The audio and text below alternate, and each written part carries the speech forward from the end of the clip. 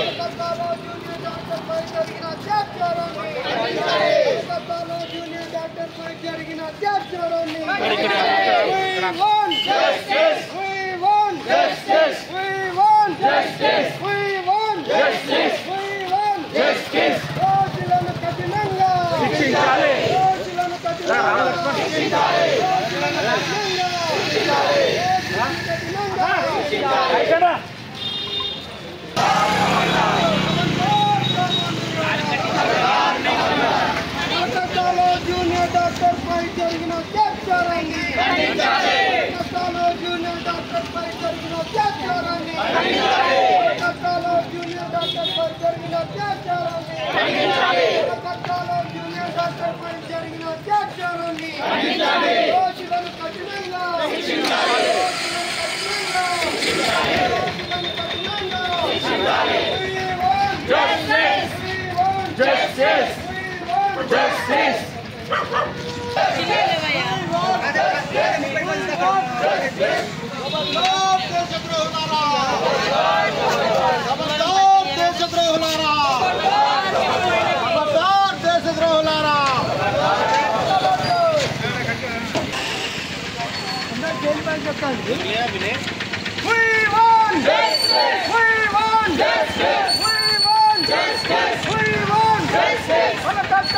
Junior doctor పై జరిగిన అత్యాచారాన్ని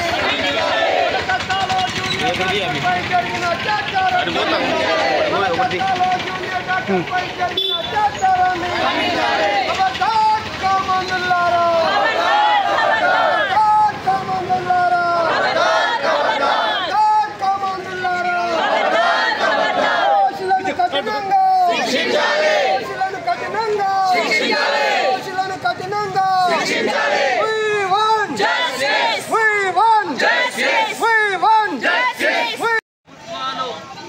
మరి ఈ కామాంధులను శిక్షించడంలో మన మీద చర్యలు తీసుకోవడంలో కావాల్సినటువంటి వేగాన్ని ప్రదర్శిస్తలేము.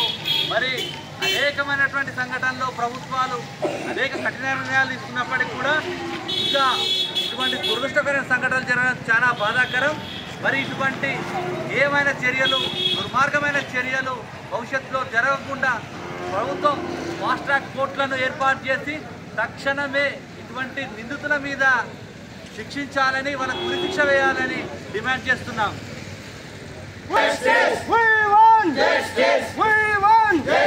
కలకత్తాలో జూనియర్ డాక్టర్ పై జరిగిన అత్యాచారాన్ని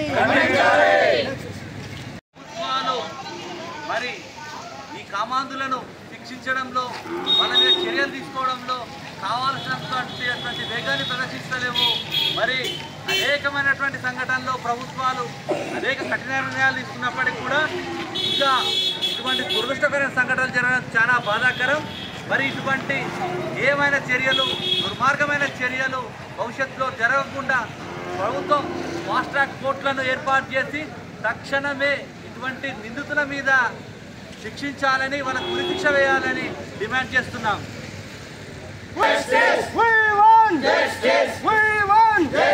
కలకత్తాలో జూనియర్ డాక్టర్ పై జరిగిన అత్యాచారాన్ని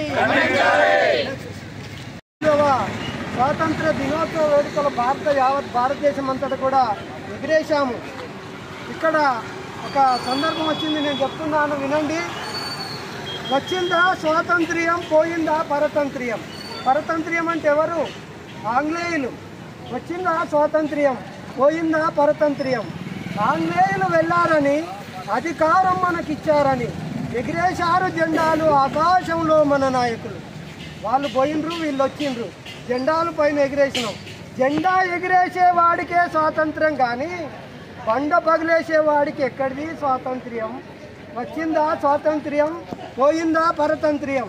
వచ్చిందా? మరి అందరికీ స్వాతంత్ర్యం మనలో మనం ప్రశ్నించుకోవాలి. ఒక పేదవాడు, ఓ గోచి పెట్టుకున్నవాడు, ఓ బీద, ఓ బిక్కి కూలి చేసుకునేవాడు ఓ పోలీస్ స్టేషన్కో గవర్నమెంట్ కార్యాలయానికో పోతే రమ్మని కూర్చోమని మర్యాదలు వేస్తున్నాడా?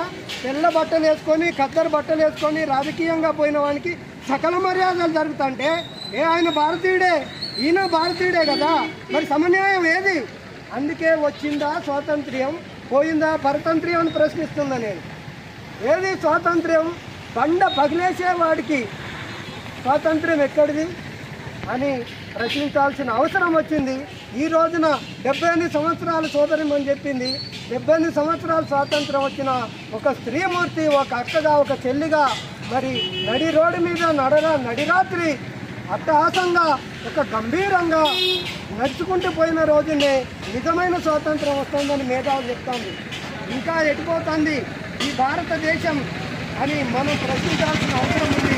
మనలాంటి వాళ్ళని ప్రశ్నిస్తున్నప్పుడే ఈ యొక్క యావత్ భారతదేశంలో మరి ఒకవారికి ఒక న్యాయం.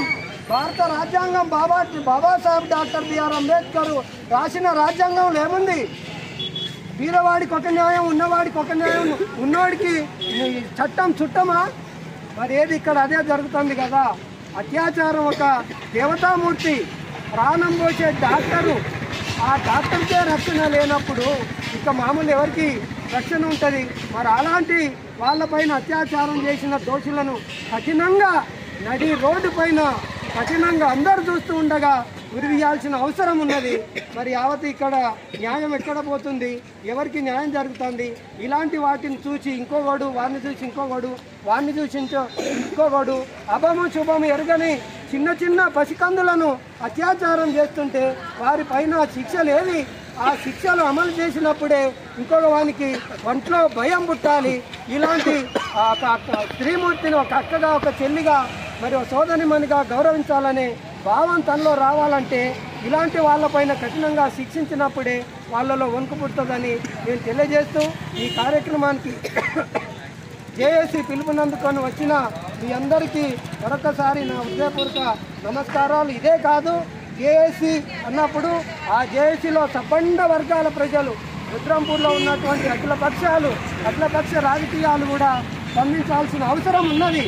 ఇదేదో గొప్ప కాదు, చేయాల్సిన బాధ్యత మనకున్నది. కాబట్టి ఆ పిలుపునందుకొని ర్యాలీలో వచ్చిన మీ అందరికీ కూడా హృదయపూర్వక నమస్కారాలు తెలియజేస్తూ నాకు ఈ అవకాశం ఇచ్చిన మీ అందరికీ నమస్తే తెలియజేస్తున్నాను.